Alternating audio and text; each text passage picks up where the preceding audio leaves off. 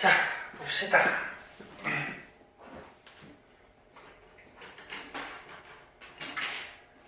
자, 오늘 배울 거는 이제 기말고사. 기말고사 단원인데 동적 평형이라는 거에 대해서 배우거든. 말이 좀 어려운데 뭐 양쪽으로 평형이 뭐지? 보통 뭐 이쪽 저쪽이 같을 때 평형됐다 이렇게 얘기하지. 그래서 이제 세세하게 가르쳐 줄게요. 자, 맨 처음에 가역 반응, 이게 뭔지에 대해서 배우기 전에 정반응하고 역반응이라는 게 있거든.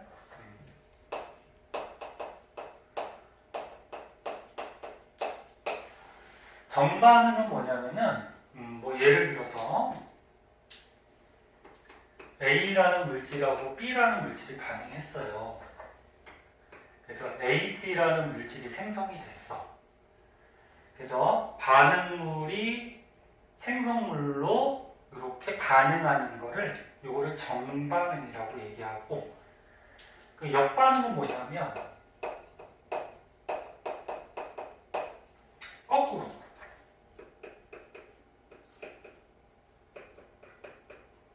요 A, B라는 물질이 다시 A하고 B로 분해가 된 거야. 이걸 이제 역반응이라고 해요. 그러니까 위의 반응은 A하고 B가 반응을 해서 A, B가 결합을 한 이런 물질이 만들어질 때 이거를 정반응이라고 하면은 거꾸로 A, B 물질이 분해가 돼서 다시 A하고 B로 이렇게 나눠지는 거꾸로 반응을 역반응이라고 해요. 뭐 어려운 거 아니죠? 거기에서 이제 중요한 거는 가역 반응하고 비가역 반응이라고 있는데,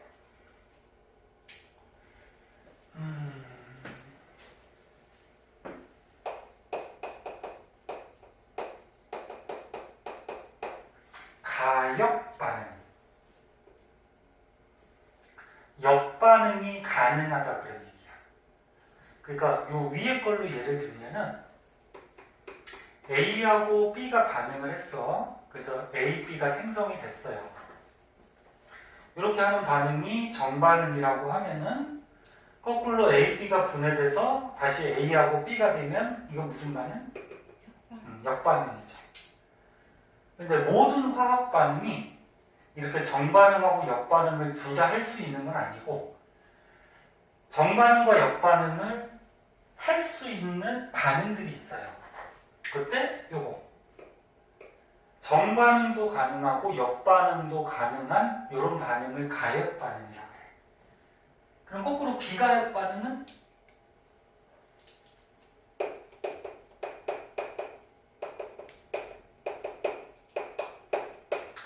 비가 아닐 비자지. 역반응이 가능하지 않다 그런 얘기야. 그래서 A하고 B가 반응해서 A, B를 만드는 정반응은 할 수 있지만 거꾸로 A, B가 분해돼서 다시 A, B로 되는 역반응은 할 수가 없는 거. 이렇게 반응을 할 수 없는 거. 그런 거를 비가역 반응이라고 해요. 어려운 내용 아니니까 이해되죠? 자, 거기에서 이제 중요한 거는 요거 가역 반응이 중요한데, 우리가 여태까지 배울 때는 요거밖에 안 배웠어. 정반응, 그치? 근데 이제 역반응까지 진행되는 가역 반응이 어떤 게 있는지 한번 볼게요. 그래서 이걸 한번 지우고 그 다음에 이 내용을 한번 볼게요. 여기 책에 나온 얘들은 한 번씩 봐두셔야 되고요.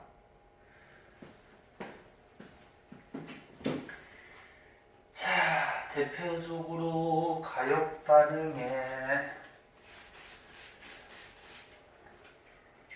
이제 기말고사 범위 처음 나가는 거니까 또 새로운 마음으로 한번 해보고, 기말고사 보면 또 겨울방학 있으니까 좀 기운내고 하시고, 헷갈리는 거 있으면 바로 물으세요.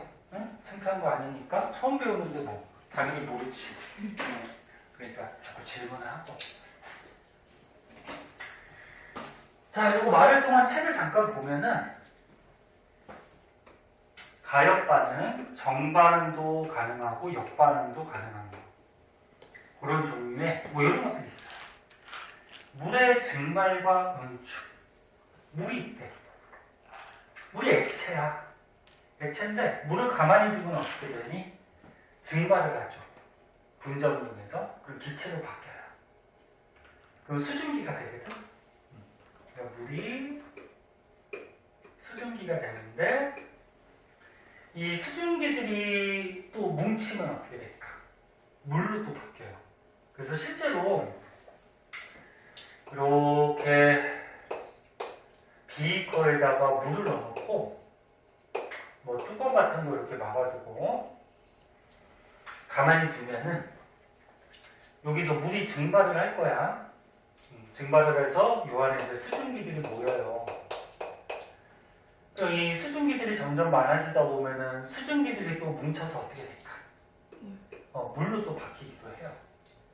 그래서 뚜껑을 막고서 오랫동안 두면은 맨 처음에는 증발을 활발히 하기 때문에 물의 양이 조금 줄다가 시간이 충분하게 지나면 증발하는 거랑 이렇게 응축하는 양이 같아져서 물의 양이 보존이 돼요. 이거 조금 이따 할 거야. 그럼 이런 거 같이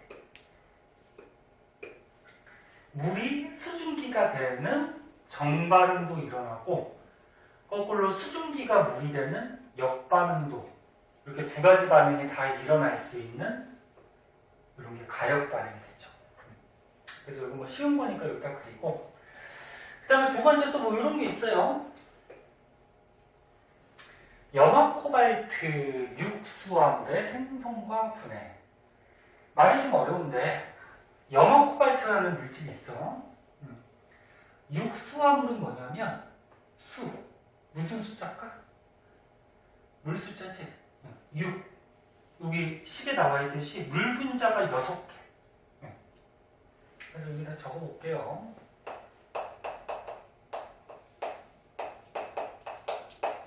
가역 반응 중에 이런 거. 이게 염화 코발트예요. 염화 코발트하고 물하고 반응을 했대. 그럼 이거 둘이 결합하거든.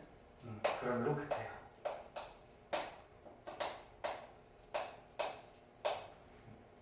그러니까 여기에 보면 지금 점을 찍고 요거 두 개를 무슨 반응시켜서 새로운 물질이 나오는 게 아니고 염화 코발트라는 물질이 있을 때 얘가 물에 닿으면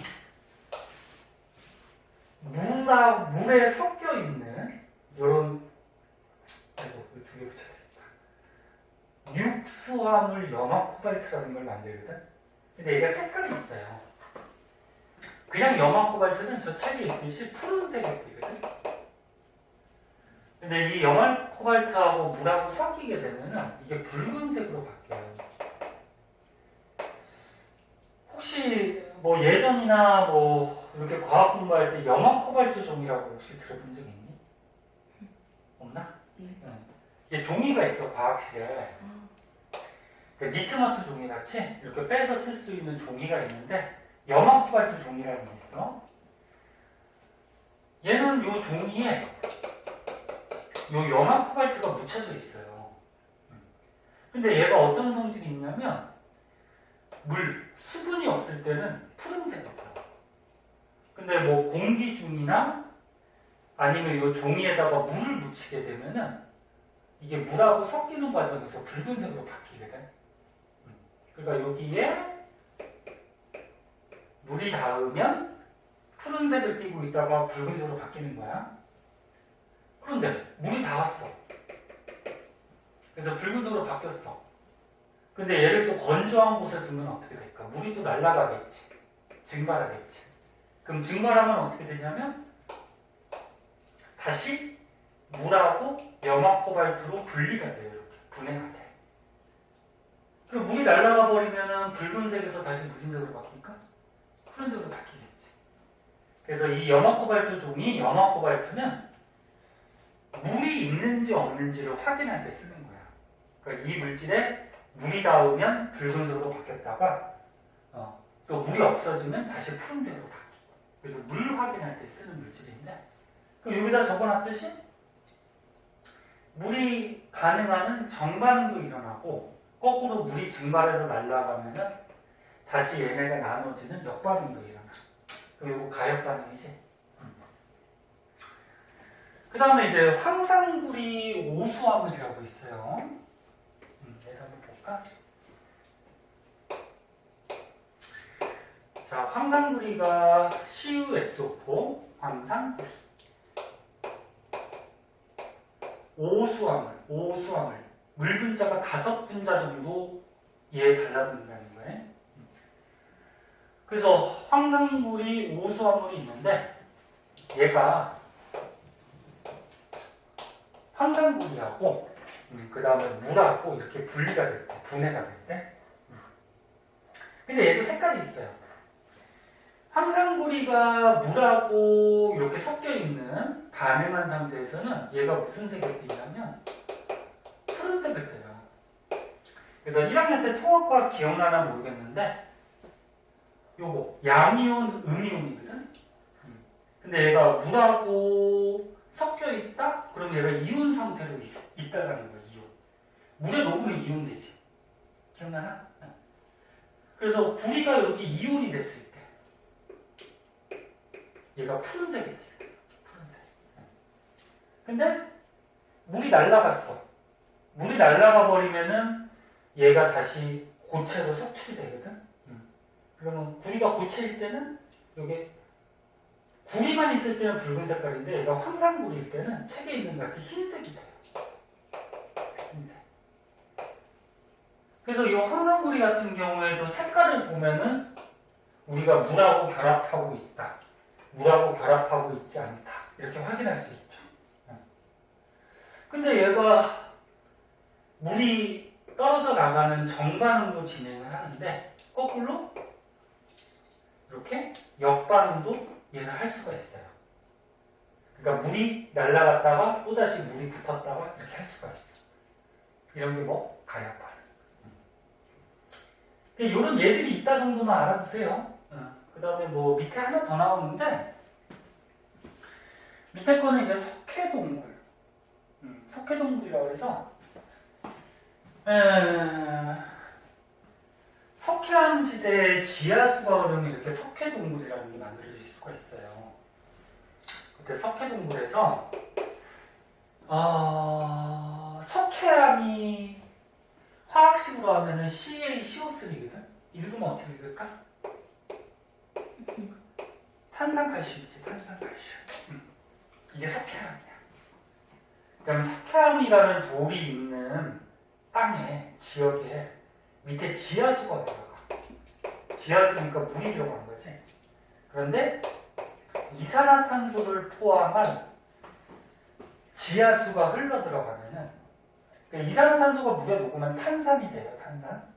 그래서 이산화탄소가 포함된 지하수가 흘러가면 이 석회암이 녹아가지고 이런 물질이 만들어져. 여기 탄산수소 칼슘이라고 그러거든. 탄산수소 칼슘인데 여기 보면 가로판이 이렇게 쳐 있고 여기 2라고 적혀 있을 거예요.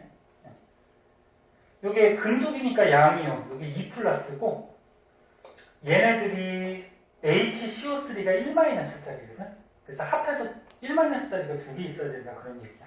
아무튼 뭐 그건 중요한 게 아니고 일단 석회암에 이산화탄소를 포함한 지하수가 흘러 들어가면은 석회암을 녹여서 탄산수소 칼슘이라는 물질을 만들어요. 이런 정반응이 진행이 되거든. 근데 이 물질이, 이 녹음 물질이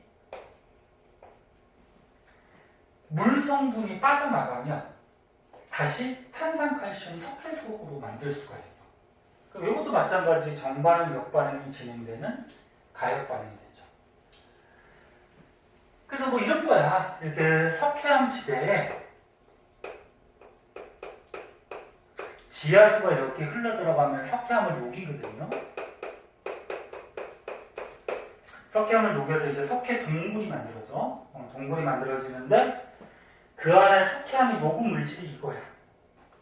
근데 얘가 이렇게 똑똑똑똑똑 밑에서 이 고체 성분이 다시 생기면은 요거를 석순이라고 얘기하고, 이 물질이 똑똑똑똑 떨어지다가 위에 고드름같이 열리면은 이거를 종유석이라고 해요. 그리고 이게 시간이 오래 지나면은 이 석순하고 종유석하고 이어질 수가 있거든. 그래서 이렇게 기둥 모양이 되는 경우도 있어요. 이어져가지고. 이거는 석주라고 해요. 석주. 그래서 이런 석회 동굴에서 석회암이 녹았다가 다시 또 고체로 만들어졌다가 하면서 이런 석순, 종윤석, 석주 같은 게 석회 동굴에서 생길 수가 있어. 그 두 가지 반응이 다 일어나요. 그래서 너는 실제로 동굴 같은 데 가보면은 이 사진에 있는 것 같이 뭐 이런 고드름 같은 거 또는 밑에 뭐 튀어나온 거, 기둥 같은 거 많이 볼 수 있을 거예요. 자, 그래서 이런 거 저런 거 다 제외시키고 가역 반응이라는 게 뭔지만 좀 알아두고 정반응과 역반응이 둘 다 일어나는 거, 그리고 얘 중에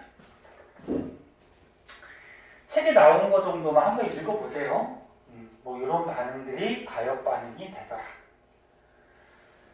그러면 가역 반응이 있으니까 또 반대로 비가역 반응이 있는데,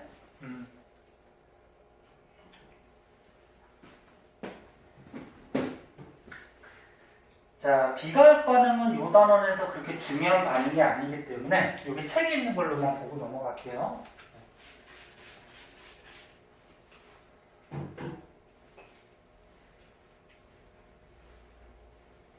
저녁은 먹고 왔어? 네. 맛있는 거 먹었어요? 네. 뭐? 뭘 먹었길래 이렇게 맛있는 거 먹었대? 뭐 먹었는데? 떡볶이 먹었어요. 어? 떡볶이. 떡볶이? 떡볶이도 저녁이 돼? 그래요. 다이어트 중이야? 밥은 안 먹었어? 네, 밥은 안 먹었어요. 아, 집에 가서 먹고 온 거 아니야? 집에 가서. 아, 집에 가서? 네.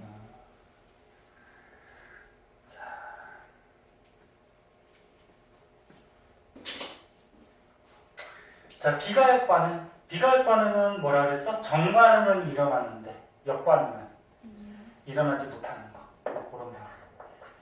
대표적으로 뭐 이런 게 있어요. 연소 반응. 메테인이 연소했어. 연소가 탄다는 거죠. 그러니까 메테인, 메탄가스가 공기 중에 산소랑 반응해서 탔어요. 연소했어요. 그랬더니 이산화탄소하고 수증기, 물이 나왔대요. 그런데 얘 이산화탄소하고 물이 다시 반응을 해서 메테인하고 산소로 바뀔 수가 있을까? 없어요. 그러니까 연료가 있으면, 메테인이 있으면 걔를 불에 갖다 태우면 이산화탄소하고 물로 날아가잖아, 그치? 근데 걔네들이 다시 또 결합해서 메테인으로 바뀌진 않는단 말이야. 그래서 이렇게 태우는 거. 연소 반응은 역반응이 일어날 수 없어요. 그 다음에 마그네슘 금속이 있는데 거기다 염산, 산을 떨어뜨렸어. 그랬더니 수소 기체가 나오고 뭐 염화 마그네슘이 생겼대. 여기서 기체가 나왔죠. 기체가 날아갔어. 근데 요 날아간 기체하고 염화 마그네슘이 다시 반응해서 다시 금속하고 염산으로 바뀌지는 않아요. 그러니까 이렇게 태우는 거 또는 뭐 기체가 발생하는 거 이런 건 역반응 안 일어나. 그 다음에 이제 기말고사 동의에서 산염기 중화반응 이런 거 배울 거거든. 통합과학에서도 한번 나왔는데 염산, 산이 있어요. 수산화나트륨 염기성 물질이 있어요. 산하고 염기하고 반응하면 중성이 되죠. 그래서 중성 물하고 염이라는 게 만들어지거든. 여기서 염화나트륨. 이런 중성 만드는 중화 반응도 역반응이 진행되지 않아요. 앙금 생성 반응. 앙금이 뭐지? 물에 안 녹는 고체가 앙금이라 그래. 고체. 그래서 뭐 염화나트륨하고 질산은하고 반응시켰더니 이런 염화은이라는 고체가 생성이 됐대. 얘는 물에 안 녹는 거야. 반응시키면 물 안에서 이렇게 하얀색 가루가 막 가라앉아. 근데 얘네들이 또다시 반응해서 다시 이 물질로 바뀌지는 않아요. 그래서 이렇게 역반응이 일어나지 않는 거. 이런 거를 비가역 반응. 뭐 이런 게 있다 정도만 알아두고. 그럼 이제 오늘 배울 것 중에 중요한 건 뭐냐면 오른쪽에 동적 평형이라는 게 있어요. 자, 동적 평형이 뭔지 한번 봅시다.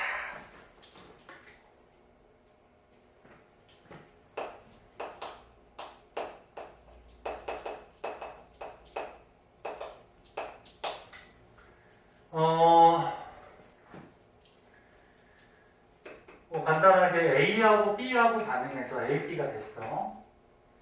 근데 A, B가 또 분해돼서 다시 A, B가 되기도 해요. A하고 B하고. 그럼 이거는 정반응, 역반응이 둘 다 가능한 무슨 반응? 가역반응이죠. 역반응이 가능하다. 그러면 동적 평형은 이런 가역반응에서만 성립을 해요. 그러니까 비가역반응은 성립 안 해. 정반응도 하고 역반응도 해야 돼. 이걸 가역반응. 가역반응에서 동적 평형이 성립을 하는데 동적 평형의 뜻이 뭐냐면은 책에도 나와 있듯이 정반응 속도와 역반응 속도가 같아서 우리가 표면상으로 봤을 때 아무런 반응이 안 일어나는 것 같이 보이는 상태를 동적 평형이라고 해요. 자, 그럼 이렇게만 얘기하면 모르니까 예를 하나 들어볼게. 이걸로 한번 예를 들자. 여기 둥근 바다 플라스크가 있는데 이거 그림 그리기가 좀 힘드니까 그냥 이렇게 비크로 할게요. 그리고 여기 뚜껑을 이렇게 막고 안에다가 선생님이 물을 넣어놨어. 이렇게 물. 자, 맨 처음에 물을 딱 넣어놓게 되면은 요 안에 수증기가 별로 없기 때문에 물이 어떻게 돼? 수증기가 막 증발하겠지. 요 안에 이제 수증기들이 점점 생길 거예요.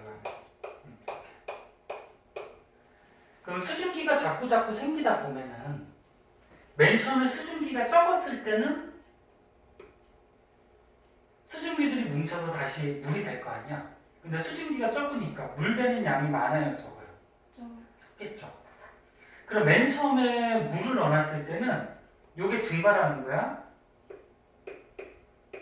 거꾸로 수증기가 물이 되는 걸 응축한다고 이렇게 얘기를 해요. 그러면 증발하는 속도랑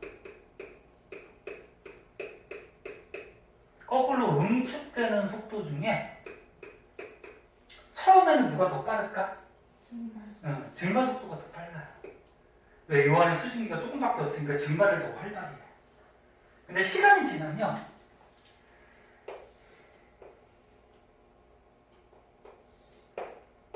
자, 시간을 이제 충분히 주어지면은 증발을 더 활발하게 많이 하기 때문에 물의 양은 조금 줄 거야, 그치? 이쪽보다는 좀 줄 거예요. 증발을 더 활발히 하니까.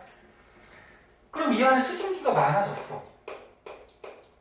그럼 수증기가 많아진 만큼 거꾸로 수증기가 물이 되는, 응축되는 속도가 어떻게 될까? 점점 빨라지죠. 그래서 증발은 계속하고 있는데 수증기가 많아지다 보면 응축 속도가 점점 빨라져서 나중에 이 증발 속도랑 응축 속도가 같아질 때가 있어. 이렇게. 그럼 같아지면 이 물의 양의 변화가 있을까 없을까? 없겠죠. 맨 처음에는 증발 속도가 빠르니까 물이 좀 줄 거야. 시간이 지나면. 근데 나중에 이 증발 속도하고 응축 속도가 같아지게 되면은 물의 양이 변하지 않아요. 그러면 지금 사람이 딱 볼 때 이 수증기는 눈에 안 보이잖아. 그럼 물만 보이는데 물의 양이 변하지 않아. 그럼 이런 반응들을 하는 것 같이 보여? 안 하는 것 같이 보여? 안 하는 것 같이 보이지. 이게 동적 평형 상태야. 이게 동적 평형. 그래서 다시 한 번만 정리하면 물을 예를 들면 자, 물이 있어요. 물이 액체. 요 가력하는 상태 알죠? 액체. 얘가 수증기, 기체를 날라가요. 요걸 이제 정반응이라고 하면은 거꾸로 수증기가 물로 바뀌는 무슨 반응도 일어나? 역반응도 일어나지. 그럼 요 두 가지 반응 다 하니까 무슨 반응? 가역 반응이야. 그럼 가역 반응에서 시간이 충분하게 지나면 증발 속도와 응축 속도. 요게 이제 증발하는 거죠. 요거는 뭐야? 다시 응축하는 거지. 그러면 증발하는 속도랑 응축하는 속도, 즉 정반응 속도랑 역반응 속도가 같아질 때가 나온다. 그럼 물의 양의 변화가 없으니까 아무런 변화가 없는 거지. 그치? 이런 상태가 뭐? 동적 평형. 평형이 된다. 그러니까 요런 반응과 요런 반응이 평형이 된다. 이런 얘기다. 이해됐어? 그럼 이 동적 평형 종류 중에 또 여러 가지가 있어요. 이런 상평형이라는 게 있고, 그 다음에 이제 밑에 보면은 뭐 용해평형, 또 뒷장에 보면은 뭐 화학평형, 뭐 이렇게 좀 나눠놨는데 다 비슷한 말이야. 맨 처음에 상평형은 뭐냐면, 너네 과학에서 상태라는 말 들어봤을 거야. 상태라 그러면 고체 상태냐, 액체 상태냐, 기체 상태냐. 그럼 상평형은 고체, 액체, 기체 상태가 무슨 평형을 이루었다는 거야. 그럼 얘 보면 어때? 똑같은 물 분자야. 근데 얘는 뭐야? 액체. 얘는 뭐야? 기체야. 지금 상태만 다르죠. 그러면 액체 상태, 기체 상태가 속도가 같아서 평형이 됐을 때, 그때를 동적 평형 중에 무슨 평형? 상평형이 됐다 이렇게 얘기를 한다고. 됐나? 요를 그래프 한번 그려보자. 그래프 한번 그렸을 때, 이 그래프가 어디 있냐? 여기 밑에 나온 것 같다. 여기 밑에 이거. 자, 그래프는 항상 얘기하듯이 X축, Y축 잘 보셔야 돼요. X축이 뭐니? 시간. Y축은 뭐야? 속도. 맨 처음에 물만 넣어놨어. 그럼 수증기가 적지? 그럼 증발 많이 하죠. 얘는 증발을 계속해. 일정량. 그래서 속도인데 증발하는 속도는 어떻게 돼? 계속 일정해. 계속 똑같은 양을 막 증발하고 있어. 그러다 보면 이제 안에 수증기가 점점 좀 많아지니까 이 수증기가 물로 변하는 응축하는 속도가 점점 어떻게 될까? 커지겠죠. 그래서 응축하는 속도가 점점 커지다가 충분하게 시간이 지나면 증발하는 속도랑 응축하는 속도가 같아질 때가 나오죠. 그때가 무슨 상태? 동적 평형 상태. 이 상태지? 됐죠? 그래도 어려운 거 아니고. 자, 그래서 상평형에 대해서 한번 알아봤고요. 그 다음 용해평형. 하다가 혹시 졸리면 얘기해. 잠깐 중간에 잠깐 한 번은 쉴 거니까.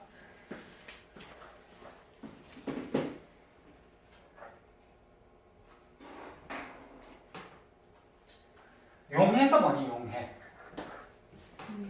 녹는 거. 왜 카톡 왔어? 녹는 거죠? 그래서 중학교 때 저기 기억이 잘 안 날 거야. 용해도 뭐 이런 거 배운 거 기억나? 네. 제목은 들어본 것 같아? 그럼 이것도 기억하나? 한번 보자.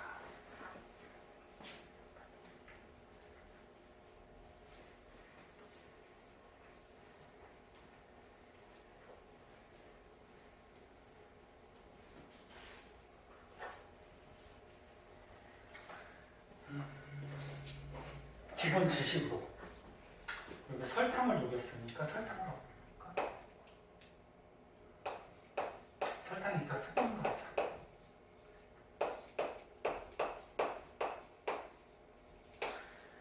자, 소금을 물에 녹여서 소금물을 만들었대. 너는 소금같이 녹는 물질을 뭐라 그러지? 혹시 기억나나? 질 이렇게 얘기해. 녹는 물질. 그럼 물은 녹이는 물질이지? 요거는 용매라 그러죠. 그러면 용질하고 용매가 섞여서 만들어진 액체는 용액이라고 그러죠. 그 중에서 물에 섞여서 만들어지면 수용액이라고 해요. 그리고 용질하고 용매가 섞이는 현상, 요거를 용해라고 그러죠. 그치? 그러니까 쉽게 얘기해서 소금이 물에 녹는 현상. 자, 저거 단어들은 한 번씩 봐두고. 그럼 이제 용해 평형은 뭐냐면, 용해, 녹을 때 평형이 된다 그런 얘기거든. 그래서 여기에 이거 좀 확대해서 볼게. 자, 비커에다가 선생님이 물을 넣어놓고 요 안에다가 예를 들어서 설탕, 각설탕을 이렇게 넣었다고 해보자. 설탕. 그럼 요 안에 이제 설탕 분자가 있고 물 분자가 있을 거야. 그럼 맨 처음에 설탕을 이렇게 넣어두면은 설탕이 이제 물에 어떻게 될까? 녹기 시작하겠죠. 겉에서부터 막 녹을 거야. 그럼 얘가 이렇게 녹을 때 녹는 거니까 용해된다고 그러고, 그러면 이게 녹다 보면은 요 물 안에 이제 설탕 분자들이 어떻게 돼? 설탕 분자들이 많이 존재를 하겠지. 자꾸 녹으면 설탕 분자들이 이렇게 존재해. 그럼 이 설탕 분자들이 또 뭉쳐가지고 다시 설탕이 되기도 해요. 요거는 고체가 되는 거기 때문에 석출된다 이렇게 얘기해요. 석출. 얘는 용해, 녹는 거고 얘는 고체로 다시 석출되고. 근데 맨 처음에는 요 물 안에 설탕 분자가 적기 때문에 이 석출되는 속도가 어떨까? 느리겠지. 그럼 얘는 식을 이렇게 써보면 설탕을 물에 녹여서 설탕물을 만드는 건데, 이게 녹아서 설탕물이 되기도 하고 설탕물에서 다시 설탕으로 석출되기도 하죠. 그럼 설탕물에서 설탕으로 석출된다라는 거는 설탕하고 물하고 떨어진다는 얘기지. 그럼 이것도 우리가 배웠듯이 정반응하고 역반응 둘 다 일어나는 무슨 반응? 가역반응. 그러니까 이 동적평형, 화학평형들은 전부 다 가역반응에서 일어나는 거야. 여기 정반응은 녹는 거, 용해되는 거고, 역반응은 고체로 다시 석출되는 거. 근데 얘를 이제 시간을 충분하게 두면은,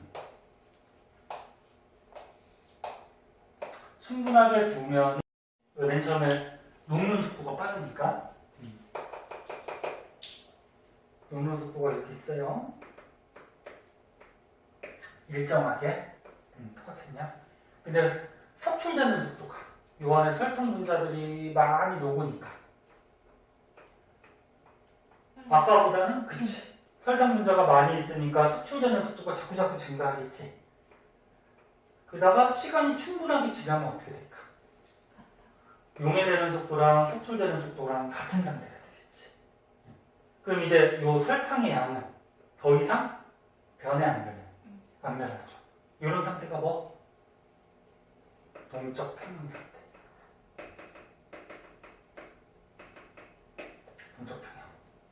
용해 속도와 석출 속도가 같아서 아무런 변화가 안 일어나는 것이 보이는 상태. 그 중에서 요거는 녹는 현상이잖아. 그래서 그 중에서 용해 평형이라고 하는 거야. 그러니까 동적 평형이 큰 의미고, 그 안에 아까 물 수증기가 바뀌는 산평형도 있는 거고, 이렇게 용해 평형도 있는 거고. 무슨 말인지 알겠죠? 그래서 이렇게 정반응하고 역반응이 실제로는 계속 진행을 하고 있는데, 사람이 이 설탕의 양밖에 안 보인단 말이야. 그럼 설탕의 양만 보고서 반응 안 일어나네? 그게 아니지. 반응은 계속 하고 있지? 그래서 이걸 반응을 계속 하고 있는지 확인하는 실험이 뒤에 하나 더 있거든? 뒤에 하나만 더 보자. 뒤에 보면은 요런 실험이 있어요. 아이고 쓸데가 없네. 잠깐만 이거 한번 지우고 하자.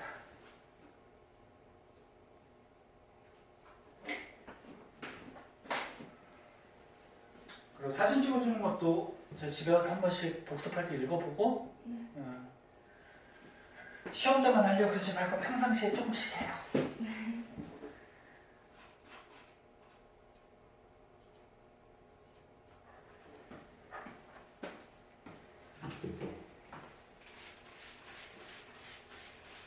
남자친구 있니? 뭐 자꾸 핸드폰을 뭐 아니, 반토이요. 반토? 네. 수행평가 보면서. 아 시험볼까? 네. 이제 또 기말고사 끝나면 이제 성적 처리 다 해야 되니까 수행평가 많이 볼 거야.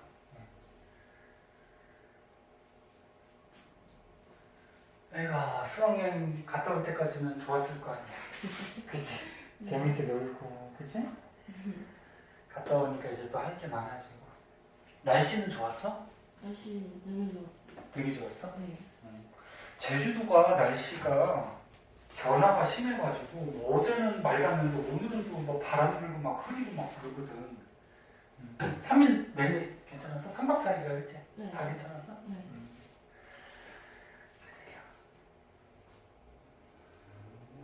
비행기는 안 무서웠어? 옛날에 한번 제주도 갔는데, 이거 말일 동안. 제주도 이제 다 도착했는데 바람이 엄청 부는 거야. 그 착륙할 때, 비행기 날려가고 이게 몸체가 막 흔들려. 와, 불안해가지고. 그러니까 삐끗하면은 바퀴 막 부러지고 쫙 미끄러지잖아. 아무튼, 선생님도 겁이 많아가지고. 젊었을 때는 안 그랬는데. 젊었을 때는 막 무서운 놀이기구도 막 재밌어 하면서 막 잘 타고 그랬는데 나이 드니까 무서워졌어. 자, 여기 실험 한번 볼게요. 천재 교과서만 나온다고 하는데 이거 알아두면 좋아요. 자, 이 실험이 뭐냐면 염화나트륨이 있어. 염화나트륨이 뭐지? 소금이지, 소금. 그래서 여기에 물을 준비하고 맨 처음에 여기다가 염화나트륨 소금을 넣어뒀는데 여기 23이라고 왼쪽 위에 적혀있죠. 그거는 화학원 맨 앞에서 배웠듯이 요 왼쪽 위에다가 적는 거 이거 숫자 뭐지 이거? 왼쪽 아래는 원자 번호 이런 거 있었잖아. 나트륨 있을 때 여기 왼쪽 아래는 얘가 11번이니까 원자 번호 써주고 왼쪽 위에는 질량수, 원자량 써주잖아. 원자량. 알다시피 원자 번호는 양성자, 플러스 양성자 숫자나 전자 개수 가지고 매기고 질량 숫자, 원자량은 요거는 양성자하고 중성자 숫자 합해서 매기는 거잖아. 기억나지? 나트륨도 동위 원소라는 게 있어요. 동위 원소는 뭐였지? 원자 번호는 똑같아. 즉 양성자 숫자는 어때? 같아요. 같으니까 성질이 똑같은 나트륨이야. 근데 질량이 달라. 똑같은 나트륨 당연히 원자 번호 똑같아. 근데 질량이 23짜리가 있고 24짜리가 있어. 이런 관계를 뭐라 그래? 동위원소라고 그러죠. 동위원소. 이것도 1학기 때 했어. 동위원소. 그래서 대부분의 원소들은 이렇게 동위원소들이 대부분 존재를 해. 그래서 여기다가 염화나트륨 소금을 넣어뒀는데 나트륨에서 질량이 즉 원자량이 23짜리 소금을 넣어둔 거야. 그리고 나트륨의 원자량이 24짜리 소금을 더 줬어. 여기다 추가적으로 여기다가 질량이 24짜리를 이렇게 또 넣어줬어요. 근데 요거부터 해야 되겠구나. 잠깐. 요거 넣어주기 전에 미안해 봐봐. 요거 넣어주기 전에 충분하게 시간을 준 거야. 그럼 맨 처음에 어떻게 되지? 23짜리가 용해되죠? 그럼 맨 처음에 용해되는 속도가 빠르게 일어나겠지? 석출되는 것보다. 근데 충분하게 시간이 지나면 어떻게 돼? 용해되는 속도랑 석출되는 속도가 같아져서 동적 평형, 용해 평형 상태에 이르게 되겠지. 그럼 이제 요 안에 있는 소금의 양은 더 이상 변해 안 변해? 안 변해. 그럼 사람이 볼 때는 반응을 안 하는 것 같이 보이지. 이런 동적 평형 상태가 됐어.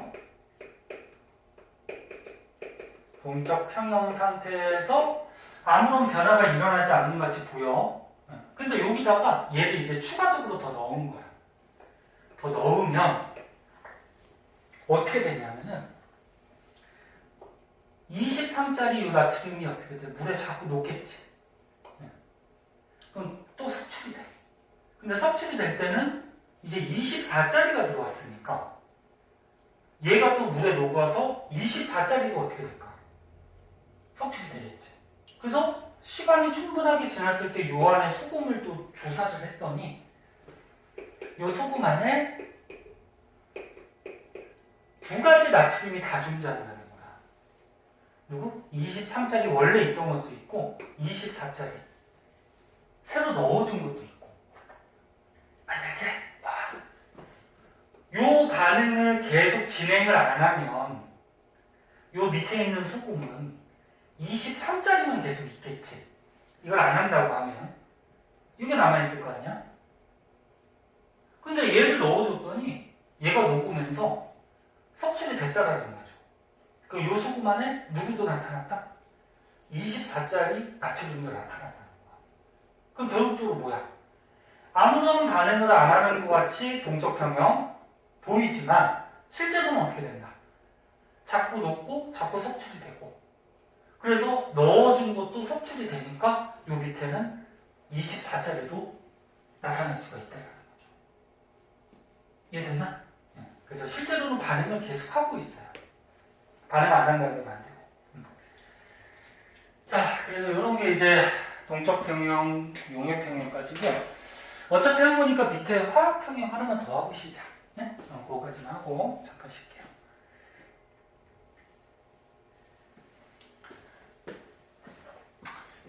동적 평형, 화학 평형 다 비슷한 말인데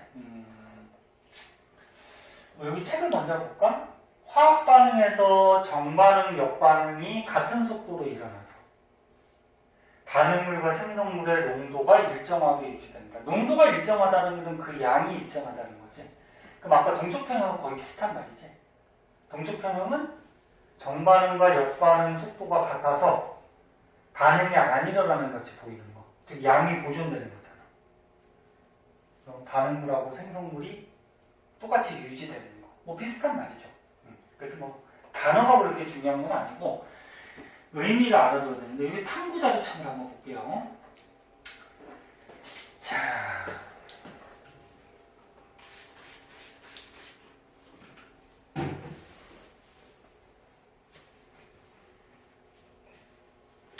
오늘 배우는 거는 그나마 좀 쉬운 거야, 간단한 거야. 다음 시간부터 조금씩 어려워지는데.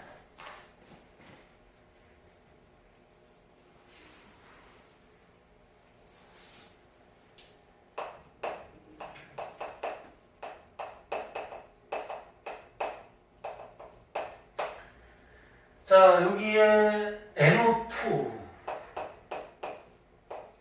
요거 이름이 뭘까? 이산화질소예요. 이산화질소. 두 개잖아. 이산화질소. 그 다음에 여기에 N2O4가 있어. 얘 이름은 네 개잖아. 사산화이질소 이렇게. 요거는 이산화질소. 요거는 사산화이질소. 이름은 뭐 저기 있으니까 안 써도 되겠지. 근데 얘네들이 기체인데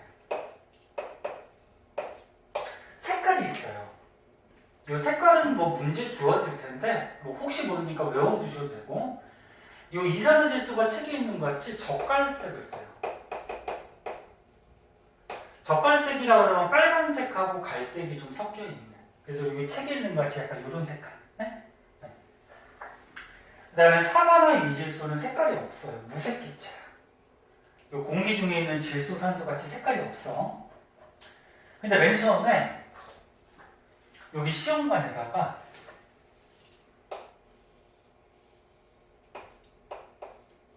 뚜껑을 막고, 뚜껑을 안 막으면 바깥에 있는 공기가 막 들어오겠죠? 빠져나가고 막 그러니까. 여기에다가 맨 처음에 이산화질소를 넣어뒀대. 그러면 이 이산화질소가 반응을 하면은 사산화 이질소로 바뀔 수가 있거든. 이 어차피 질소, 산소 있으니까 질소, 산소 바뀔 수 있어요.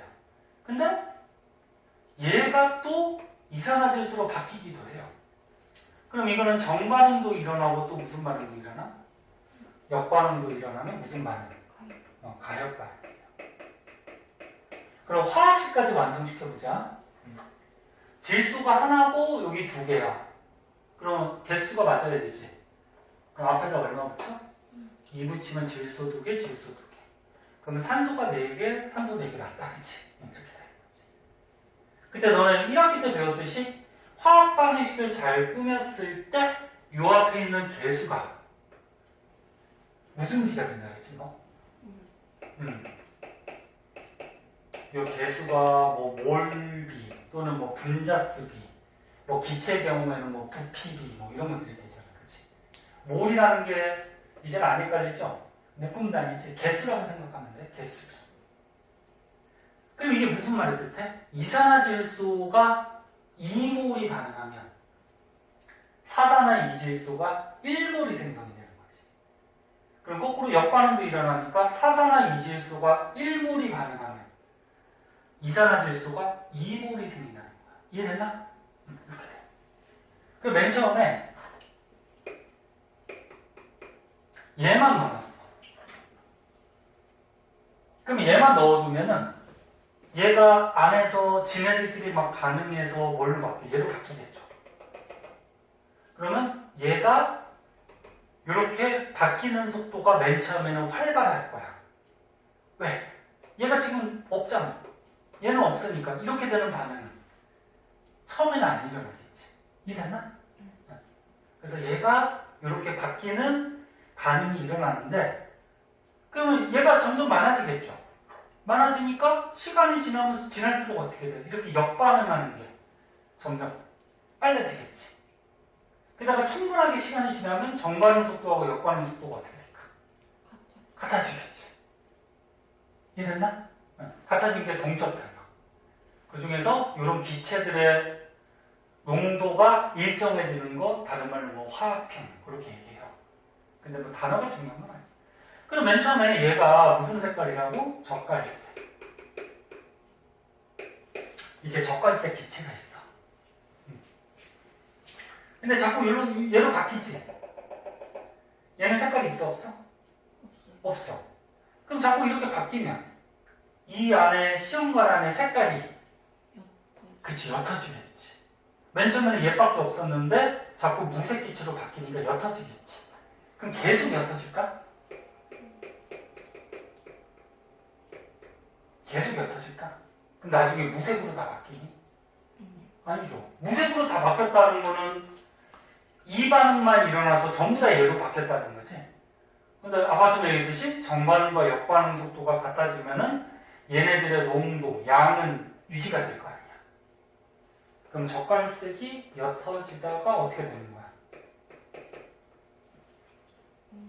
멈추겠죠. 일정해지겠지. 그러니까 맨 처음에 얘만 들어있을 때보다는 옅어질 거야, 그치? 그다가 이제 색깔 변화가 멈출 거 아니야. 그 멈췄다는 거는 반응이 안 일어난다?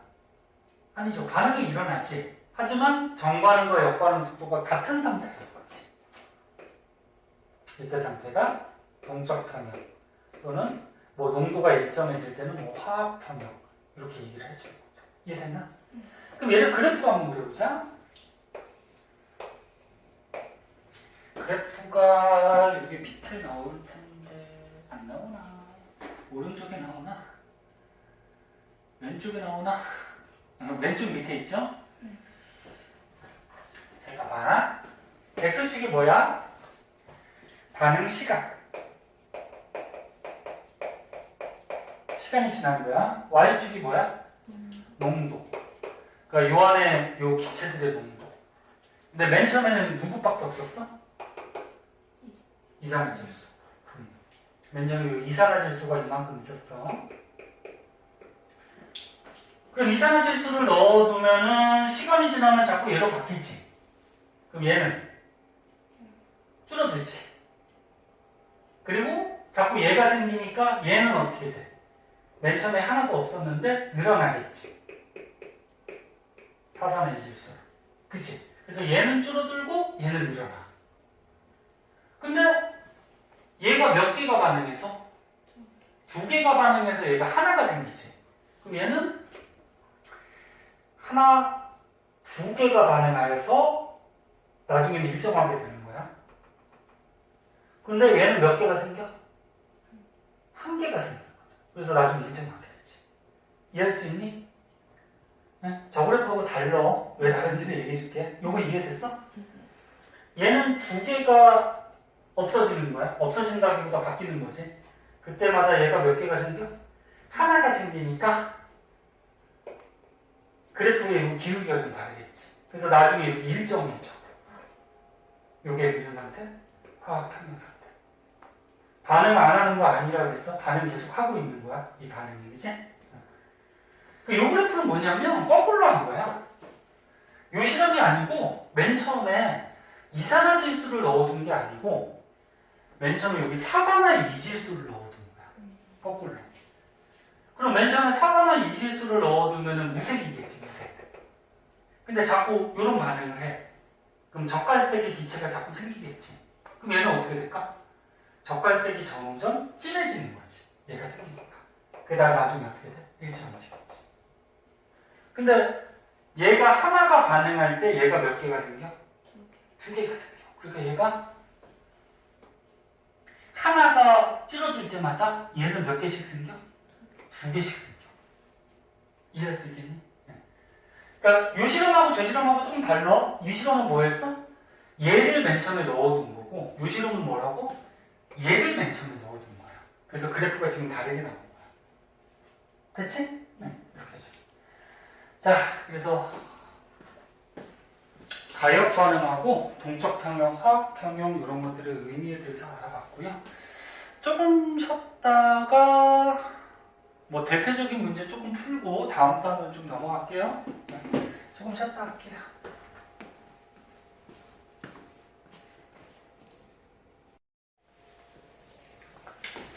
자, 뒤에 물의 자동이온화 요거 배우기 전에 산과 염기에 대해서 배우는데요. 요거 통합과학 때 2학기 때 한번 했어요. 혹시 기억나나 모르겠는데 산성물질, 염기성 물질, 그 다음에 산하고 염기하고 반응해서 뭐 중화 반응, 그거 이제 화학원에서 또다시 나오는데 좀 더 내용을 자세하게 배우죠. 자, 여기 242쪽에 나오는 거는 통합과학에서도 다 한 거예요. 그래서 이건 간단하게 하고 넘어갈게요. 자, 산성물질이 있어요. 산성물질은 통합과학에서 어떤 거라고 배웠니? 물에 녹였을 때. 네. 그렇지. 수소이온이 나오면 산성물질. 기억나? 안 나면 안 난다 그래? 사람은 자꾸 까먹으니까. 그 다음에 염기성 물질. 어떤 물질을 물에 녹였을 때 수산화 이온이 나오면 염기성 물질. 그리고 얘네들의 성질들이 좀 있었는데 산성 물질은 일단 맛을 보면 무슨 맛? 신맛이 나고요. 그 다음에 산성 물질을 물에 녹인 다음에 전기를 통해 주면 전기가 통했어요. 전기 통하는 성질을 뭐라고 그러냐면 전기 통하는 물질을 전해질이라고 해요. 그래서 뭐 대표적으로 염화수소 기체를 물에 갖다 녹이면 H 플러스 수소 이온이 나오기 때문에 산성 물질이야. 그러면 물에 녹아서 양이온, 음이온이 되기 때문에 얘는 마이너스극, 얘는 플러스극으로 끌려가면서 전기가 통하죠. 그래서 이렇게 전기 통하는 물질을 전해지. 그 다음에 이제 세 번째 중요한 게 있었는데,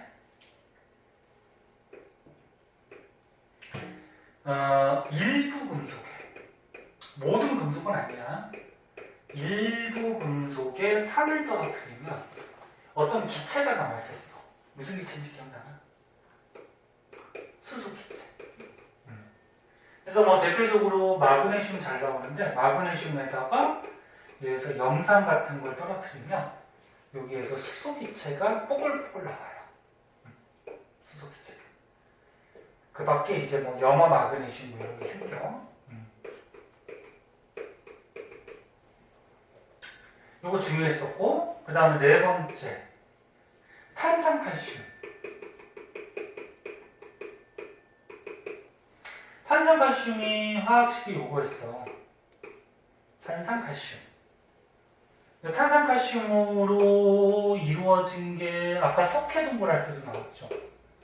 석회석, 대리석. 석회동굴 기억나? 아까 했던 거? 대리석. 그 다음 뭐 달걀 껍데기, 조개 껍데기, 뭐 이런 산호, 이런 껍데기들이 전부 다 이거 탄산칼슘으로 돼 있어요. 근데 탄산칼슘에 산을 떨어뜨리면 여기서는 무슨 기체 나왔지? 기억나나? 이산화탄소 나왔어요.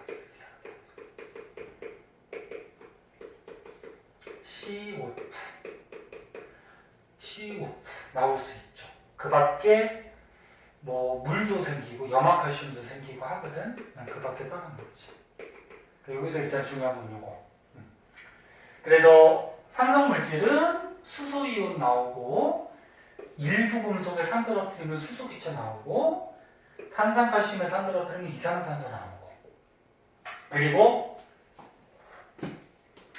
지시약 색깔도 있는데, 지시약 색깔 기억나니? 또 까먹었지 지금. 지시약 색깔은 조금 이따 이거 지우고 해줄게. 자, 그럼 염이성 물질은 맛을 보면 무슨 맛 났어요? 쓴맛이 나요. 그리고 얘도 전해질 물질이야. 뭐 예를 들어서 염기성 물질 중에 수산화나트륨이 있으면 얘를 물에 녹이면 나트륨 이온과 수산화 이온으로 이온화가 되기 때문에 얘는 마이너스극, 얘는 플러스극으로 이동하면서 전기가 통했죠. 그 다음 이제 세 번째 중요한 거, 염기성 물질은 단백질 녹이는 성질이 있다 그랬죠. 그래서 손에 닿으면 손에 있는 이 단백질 성분이 좀 녹으면서 손이 어떻게 되지? 미끈미끈해진다. 통합과학에서 배웠던 거.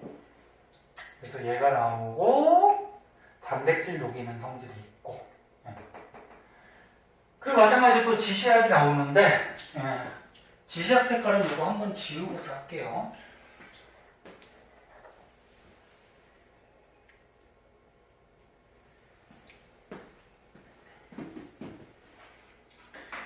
요 밑에는 탐구자료창이 나왔구나.